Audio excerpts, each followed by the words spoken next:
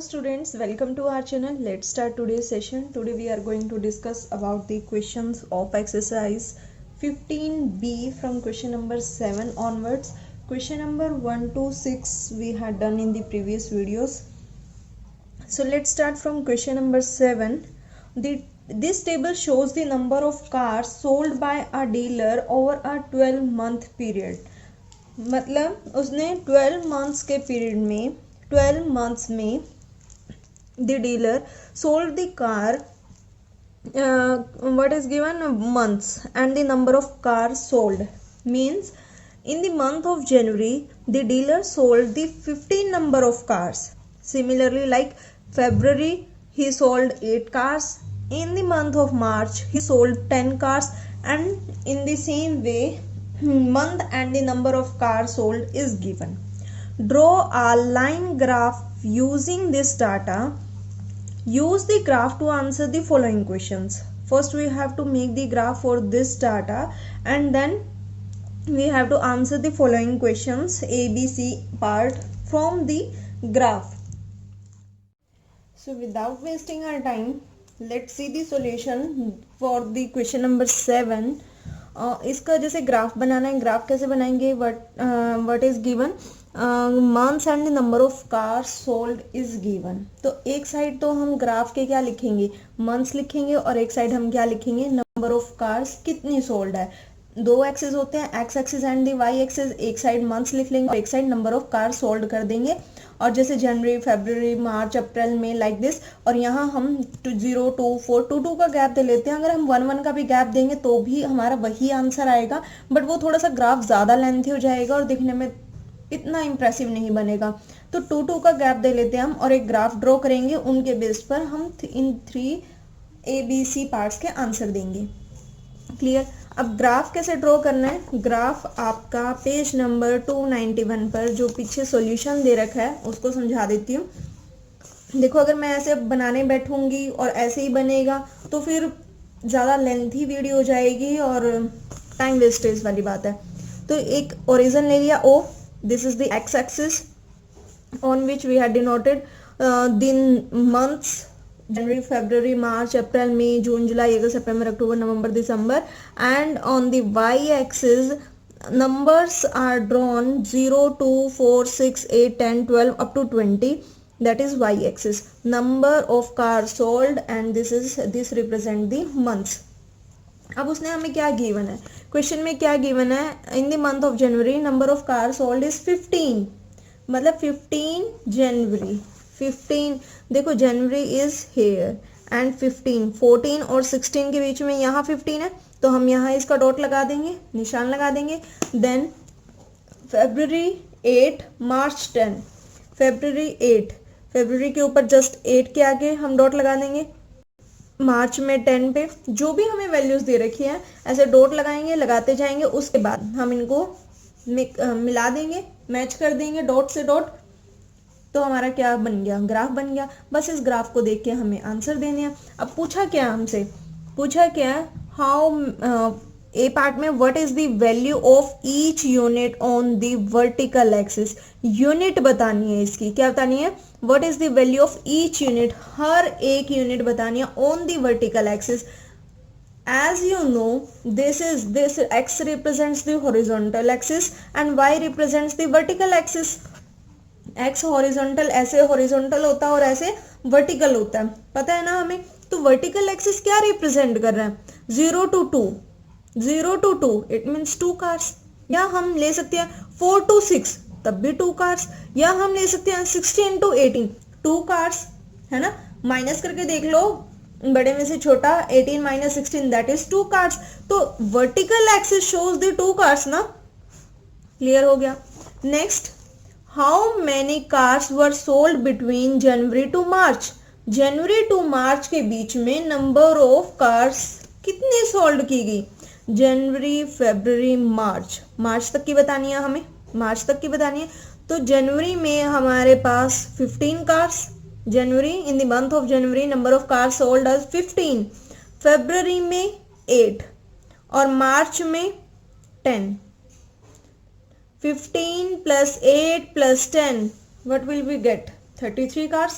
Plus करके देख लो, जनवरी का, फरवरी का और मार्च का कितना आंसर आएगा, 33 कार्स। क्लियर हो गया ये भी। C part, between which 2 months was the highest increase in sales. सबसे ज्यादा इंक्रीज कौन से मंथ में हुई, सबसे ज्यादा इंक्रीज कौन से मंथ में हुई कार्स की। देखो, at the month of September में number of cars sold is 6, and in the month of October number of cars sold is 16। कितने का गैप हुआ, 6 to 16, 10 का गैप हुआ ना, कितने का गैप हुआ, 10 का। बाकी अगर हम कोई और देखें, जस्ट लाइक ये भी थोड़ा बड़ा दिख रहा है, 10 और यहाँ 18, कितने का हुआ, 8 का हुआ, 10 और यहाँ 18, 18 minus 10 that is 8, but 10 is more than this 8। here is 13 and here is 20, तो ये 7 का गैप हुआ। तो जैसे आप दोनों का डिफरेंस निकालोगे, सितंबर टू अक्टूबर मंथ में जो हमारे पास इंक्रीमेंट हुआ कार सोल्ड करने का, वो सबसे ज्यादा हुआ। तो ग्राफ बिल्कुल आसान था बनाना, मंथ्स गिवन थे और हमें वैल्यूज गिवन थी, number of car sold given थी, उसके बेसिस पर हमने ग्राफ को रीड किया, उसे इंटरप्रेट किया, समझा एंड आंसर्स आ गए हमारे पास। Clear. Next question number 8। Question number 8, Smriti was admitted to a hospital with a chest infection. This graph shows her 4 hourly temperature readings. स्मृति को चेस्ट में इन्फेक्शन था, उसे हॉस्पिटल में एडमिट होना पड़ा। तो ये ग्राफ उसका जो भी 4 आवर टेम्परेचर रीडिंग है वो शो कर रहा है। मीन्स कितने बजे, इतने बजे पीएम सैटरडे को, एएम का टाइमिंग ये है, 12 बजे के बाद हमें पता है पीएम हो जाता है, तो पीएम 12 बजे, फिर 4 बजे, 8 बजे, ऐसे पीएम का संडे का टाइमिंग है। फिर रात के 12 बजेंगे, मतलब मॉर्निंग हो गई, सुबह के 4 बजे, 8 बजे, 12 बजे, मतलब 4-4 घंटे का उसका क्या दे रखा है, हमें एक ग्राफ टेम्परेचर चार्ट दे रखा है। और उसके बेसिस पर हमें जो हमें नीचे बिलो द क्वेश्चंस हैं वो पूछे गए हैं। What was Samriti's temperature at 8 PM Saturday? 8 PM Saturday। आप क्या करते हो जल्दबाजी में कि ये चैप्टर बहुत इजी है, एक बार देख के ही हमारा हो जाता है, आप बहुत ओवर कॉन्फिडेंस हो जाते हो और जिसकी वजह से आप अच्छे से अटेम्प्ट नहीं कर पाते और जल्दी जल्दी के चक्कर में क्वेश्चंस गलत करके आते हो। 8 PM Saturday, Saturday 8 PM, Saturday 8 PM देख लो कहाँ जा रहा है, बिल्कुल कहाँ जा रहा है, यहाँ 39 के आसपास, 39 के आसपास जा रहा है। तो कितना जा रहा है, ये 38 यहाँ है और 39 यहाँ है, 1 2 3 4 5, मीन्स बीच में 5 बॉक्सेस हैं, 5 बॉक्सेस हैं। तो नियर अबाउट ये कहाँ जाएगा, 38.8 degree Celsius. Yes, 38.8 degree Celsius, temperature is in degree Celsius, तो हम इसका आंसर भी डिग्री सेल्सियस में लिखेंगे। कैसे रीड करेंगे, यहाँ तक 38 है, यहाँ तक 39 है, तो हर बॉक्स को हमें क्या देना पड़ेगा, 38.2, 38.4, 38.6, 38.8 और 38.8 और 39, नियर अबाउट 38.8 आ रहा है ना।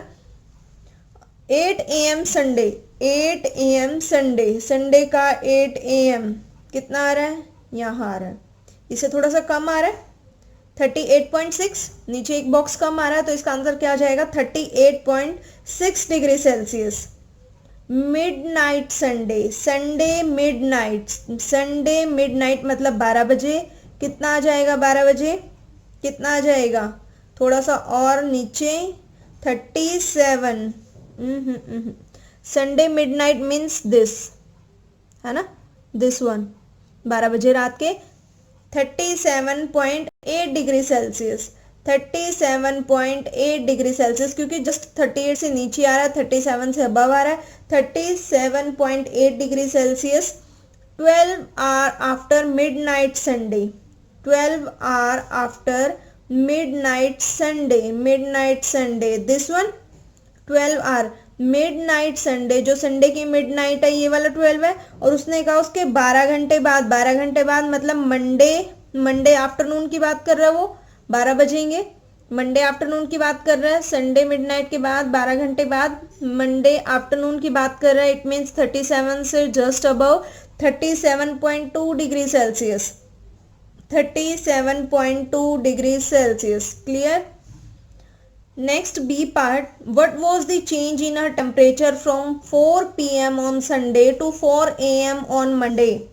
कितना चेंज आ रहा है उसके टेम्परेचर में? 4 p.m. on Sunday. संडे को 4 p.m. संडे को 4 p.m. कितना? संडे को 4 p.m. कितना? 4 p.m. on Sunday 37.6 degree Celsius. 4 p.m. on Sunday, that is this 37.6 degree Celsius, and 4 a.m. on Sunday, 4 a.m. on Sunday, it means 37.4 degree Celsius. If we subtract 37.6 degree Celsius and 37.6 degree Celsius minus 37.4 degree Celsius, दोनों को minus करेंगे कितना आएगा? 0.2 degree Celsius ना. इसका कितना answer है? 37.6 degree Celsius and this is 37.4 degree Celsius. कम आ रहा है इससे, तो दोनों को माइनस करेंगे कितना आएगा? 0.2 डिग्री सेल्सियस आएगा या नहीं आएगा? बिल्कुल आएगा. Next C part, Smriti was given some medicine to treat the chest infection. About what time do you think the medicine began to reduce the infection? Why? तो उसे मेडिसिन दी जा रही थी इन्फेक्शन के लिए, तो किस टाइम में हमें लग रहा है कि वो जो उसके रिड्यूस द इन्फेक्शन, मतलब उसका इन्फेक्शन कम होना स्टार्ट हो गया है. तो कब कम होना स्टार्ट हो गया? अराउंड इसके बाद उसकी डिक्रीमेंट स्टार्ट हो गई है ना.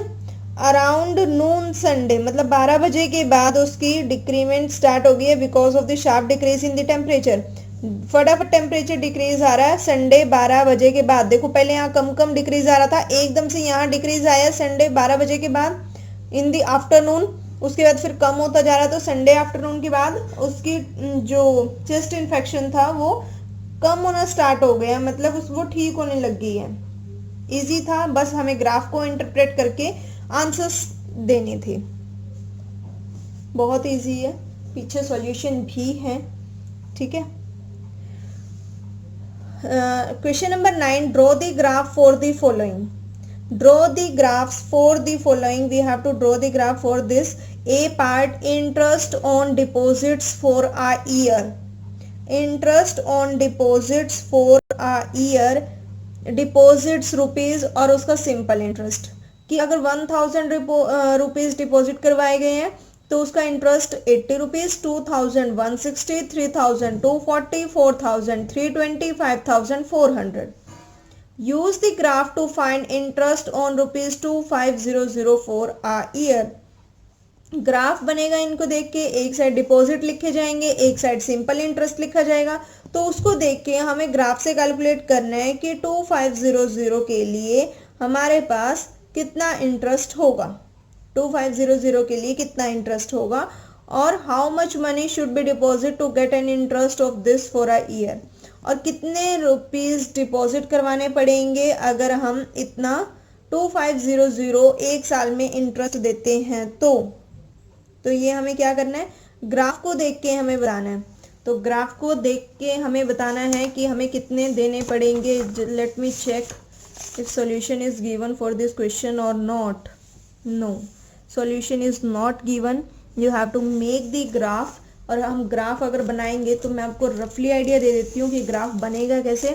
जैसे एक साइड हमने क्या किया, एक्स एक्सिस और ये वाई एक्सिस.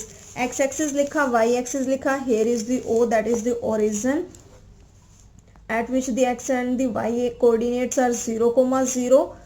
क्या करना है? डिपॉजिट और एस आई. यहाँ डिपॉजिट्स लिख देते हैं, डिपॉजिट्स, यहाँ एस आई लिख देते हैं. ये ऊपर की तरफ जा रहा है. जो हमारे डिपॉजिट्स हैं 1000 2000 इस टाइप से चल रहे हैं. 1000 2000 3000 4000 5000 है ना.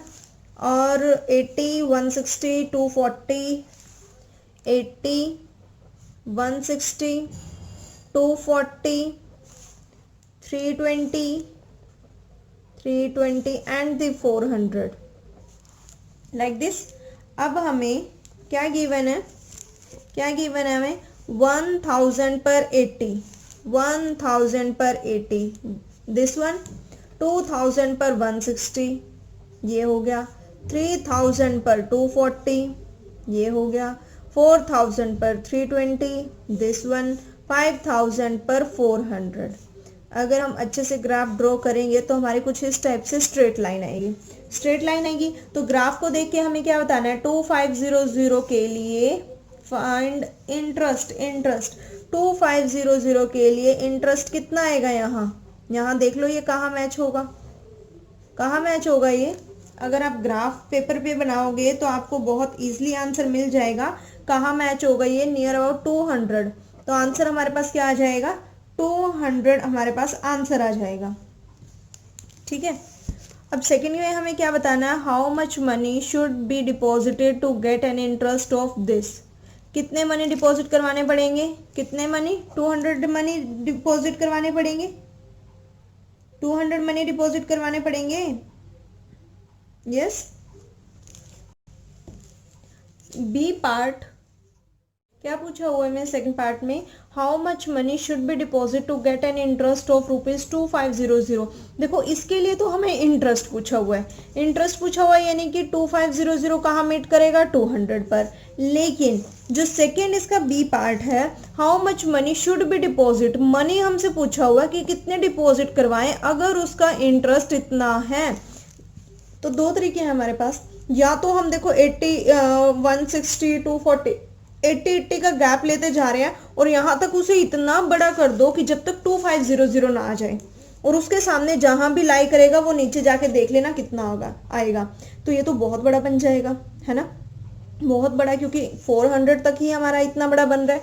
तो कब जाके हमारे पास 2500 आएगा, बहुत ज़्यादा बन जाएगा। और एक पेज पे अगर इस टाइप से हम बनाएं तो बहुत टाइम लगेगा और बहुत लेंथी हो जाएगा।